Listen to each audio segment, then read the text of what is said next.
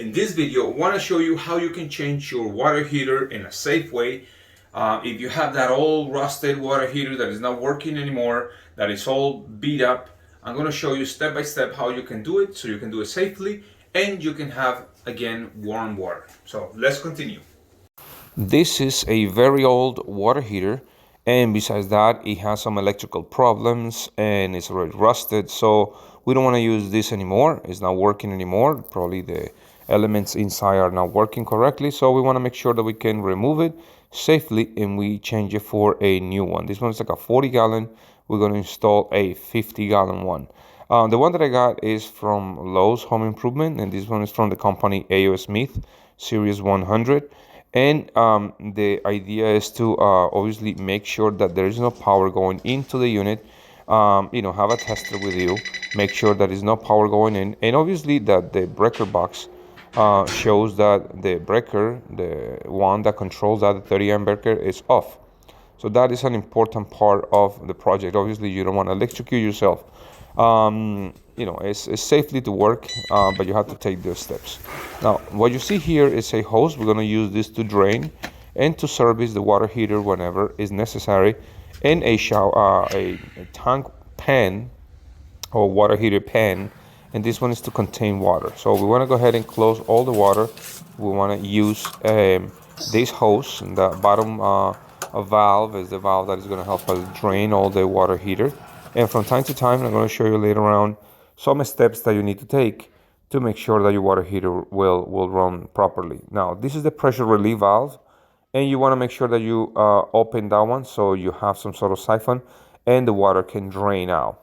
After a while, obviously, you will have all the water out. Make sure that you close the valve really well and take the hose so you can actually remove the tank from there. Here's an important part that you need to remember.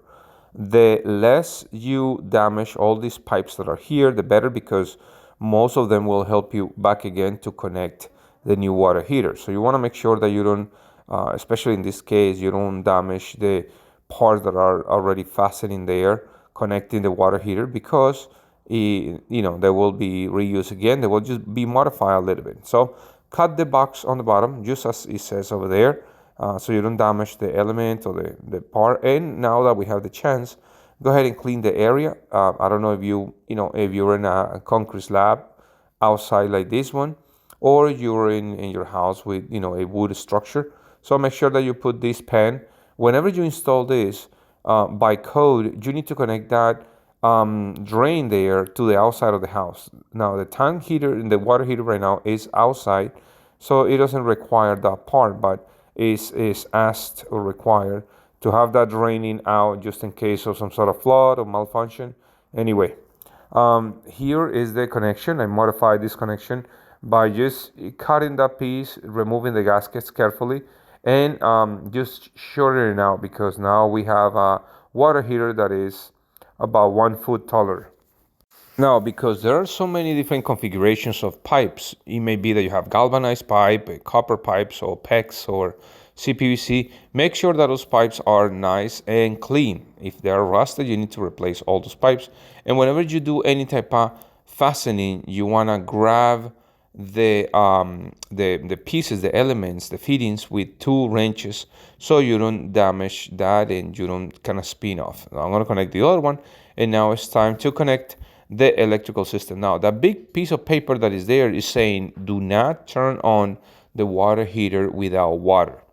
So I'm going to actually take it carefully out and stick it right on the side so people will understand. Now, we need to fasten this with a nice connector into the plate that is here that is going to help us. That is an important part. If you notice, the old water heater had a problem there. They just kind of mess around with that, and it was not properly connected. It is not up to code. You want to make sure that this is fastened correctly. Take your time.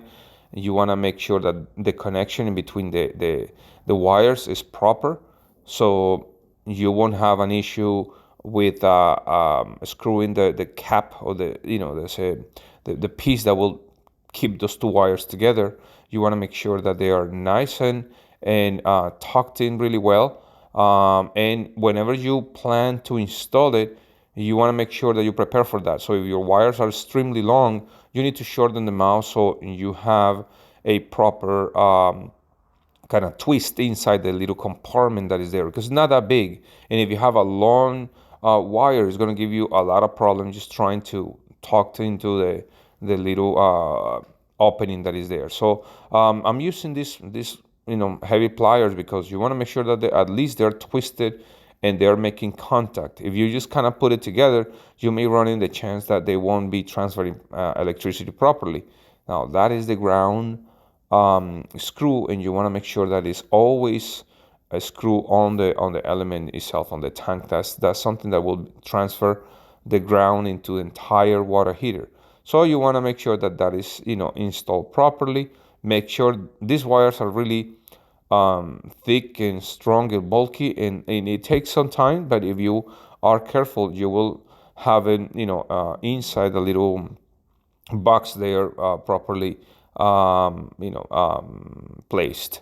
So make sure that you cover this really well, screw it really well. I don't know if you have like a nut driver that you can do it. It's fine. I'm using this little wrench. As I said before, now that everything is in place, open the water. Make sure that you release that air that is there. If you are obviously in your house, make sure that you open the hot water side on your faucets so you release all the air out. Now I'm gonna put this pipe over here that is the pressure relief, and this is an important valve because whenever the heater has a malfunction and it overheats, this will help you to avoid having the tank exploding. So it's an important valve that you need to make sure that it's clear and it's always working. That is something important. Now, what you want to do is you want to make sure that you drain all the air out, you remove all the air, and what I'm doing over here is just making sure that water is coming out of the relief valve. So that indicates that obviously, and through the house as well, indicates that everything is full and I can turn on my water heater. Everything is clean, everything is organized, and you want to take some time, obviously, when you're right in front of your water heater to clean all the, if you were moving things around, obviously you're going to have little drips of water here and there, but the important thing over here is that you put close attention, because once you install it, you may see a little drip of water or something, and that is obviously important to remember, that besides putting that Teflon tape around the connection, you want to make sure that nothing is leaking. Now you have two compartments. They are where the heating elements are.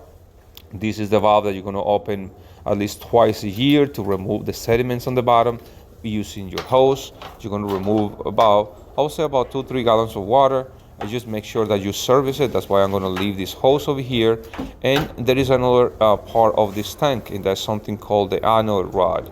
That anode rod is the one that prevents the rust inside your tank. So it's right here, and sometimes when people is curious enough, they cannot remove it and then put a new one in, but that will take a long time. I hope this video helped you to understand how to install it yourself.